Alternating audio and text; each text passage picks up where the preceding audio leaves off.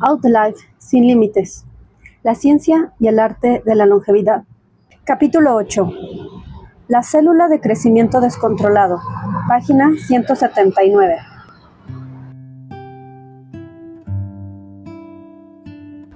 El metabolismo del cáncer. Como habrás percibido, a estas alturas existe la tendencia a considerar que el cáncer es principalmente una enfermedad de origen genético, impulsada por mutaciones cuya causa aún se desconoce. Si bien las células cancerosas presentan diferencias genéticas en comparación con las células humanas normales, desde hace aproximadamente un siglo, un grupo selecto de investigadores ha explorado otra característica única de estas células: su metabolismo. En la segunda década del siglo pasado, un fisiólogo alemán llamado Otto Warburg descubrió que las células malignas tenían un apetito insaciable y peculiar por la glucosa, devorándola hasta 40 veces más que los tejidos sanos. Sin embargo, estas células no respiraban a través de las mitocondrias como lo hacen las células normales, es decir, mediante el consumo de oxígeno y la producción de gran cantidad de ATP, que es la moneda energética de la célula. Al parecer utilizaban una vía metabólica distinta a la que normalmente utilizan las células para producir energía en condiciones anaeróbicas, es decir, en ausencia de oxígeno, de manera similar a lo que ocurre cuando sprintamos, es decir, cuando hacemos mucho ejercicio sin parar. Lo sorprendente es que estas células cancerosas optaban por esta vía metabólica ineficiente en lugar de utilizar el abundante oxígeno del que disponían. A Warburg le pareció una lección desconcertante. En condiciones normales de respiración aeróbica, una célula puede generar 36 unidades de ATP a partir de una molécula de glucosa. Sin embargo, en condiciones anaeróbicas, esa misma cantidad de glucosa solo produce 2 unidades netas de ATP. Este fenómeno recibió el nombre de efecto Warburg.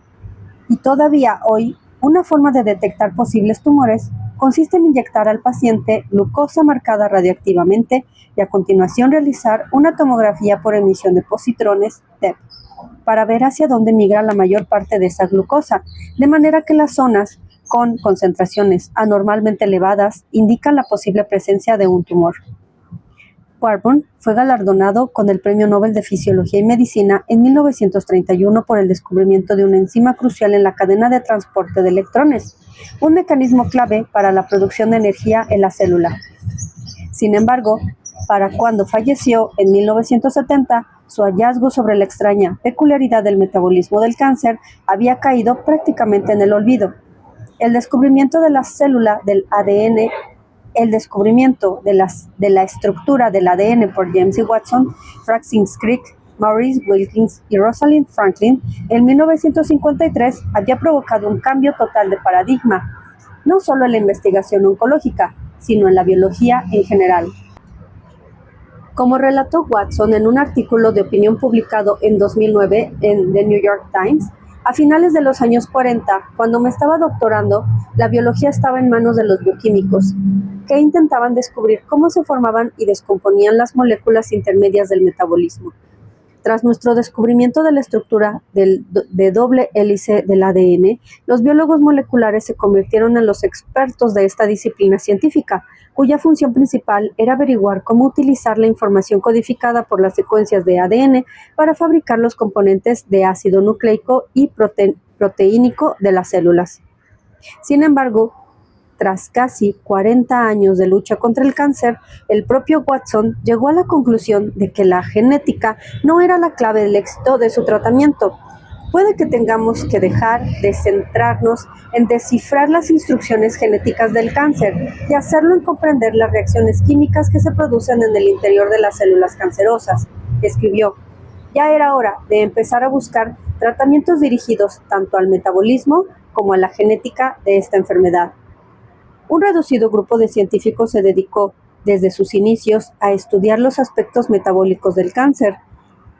Lew Cantley, que actualmente trabaja en el Centro Oncológico Dana-Farber de Harvard, ha investigado sobre este metabolismo desde la década de los 80, mucho antes de que la idea estuviera de moda. Una de las cuestiones más desconcertantes que ha abordado es ¿por qué las células malignas necesitan producir energía de esta forma tan poco eficaz?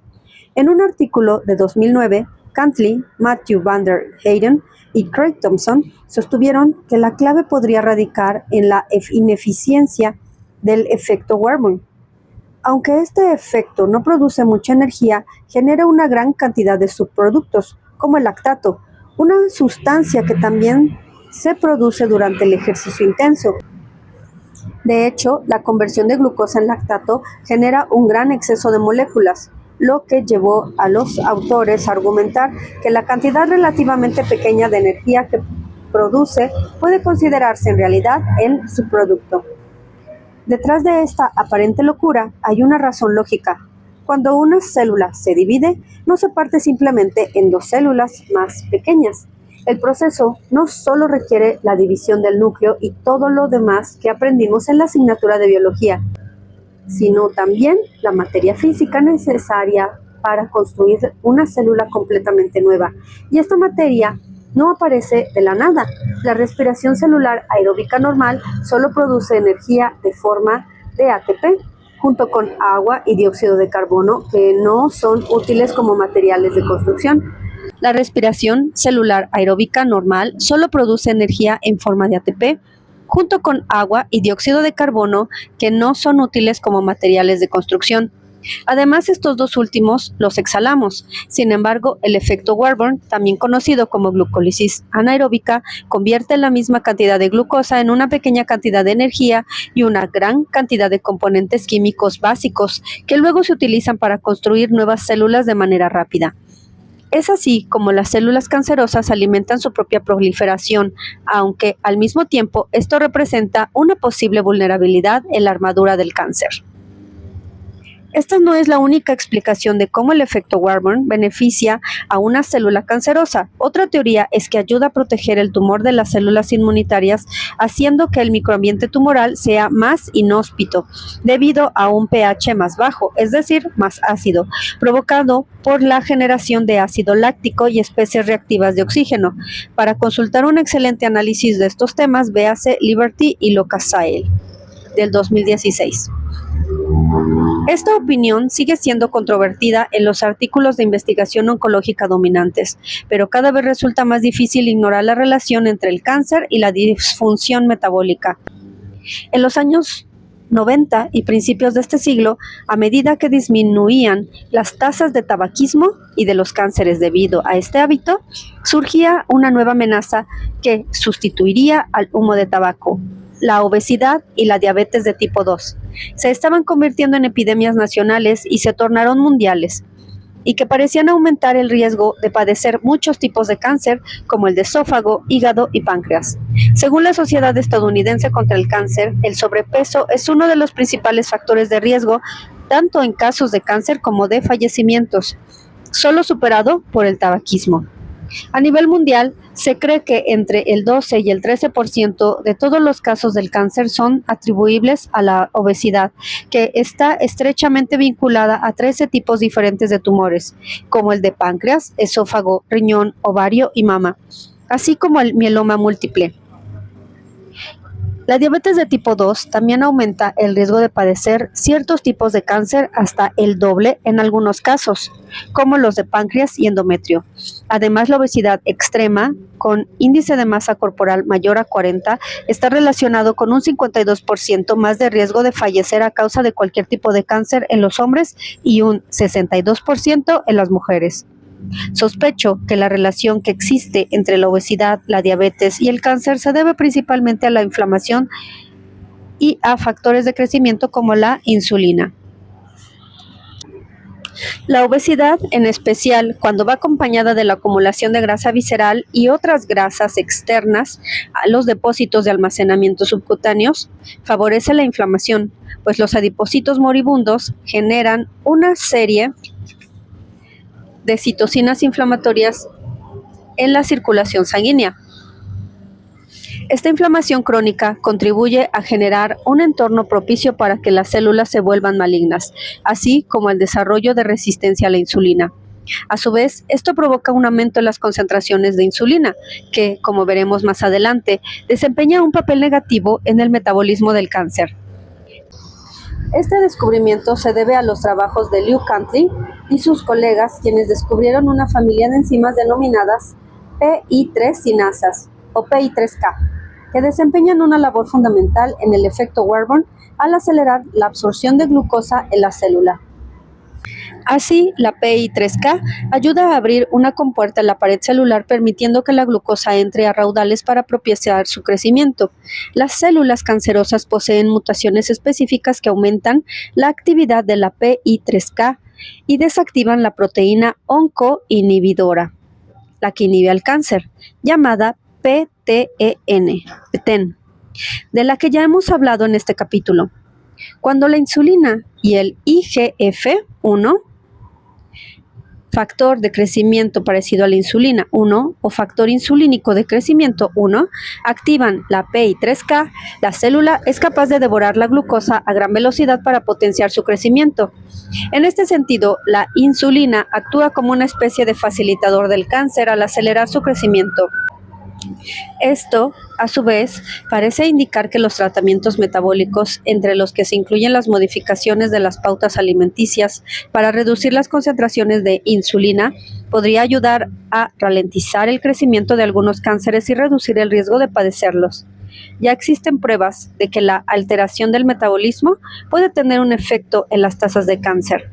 Como hemos visto, los animales de laboratorio que reciben dietas de restricción calórica tienden a fallecer a causa del cáncer en mucha menor proporción que los animales que tenían acceso libre a la comida. Comer menos parece proporcionarles cierto grado de protección, y esto mismo puede ocurrir en las personas. Gracias a un estudio sobre la restricción calórica en seres humanos, se descubrió que la limitación de la ingesta calórica desactiva directamente la vía asociada a PI3K, aunque lo hace en el músculo, que no es susceptible al cáncer. Esto puede deberse a la disminución de la insulina más que a la reducción de las concentraciones de glucosa. Pese a lo difícil o imposible que resultaría evitar o prevenir las mutaciones genéticas que contribuyen a originar el cáncer, es relativamente fácil abordar los factores metabólicos que lo alimentan.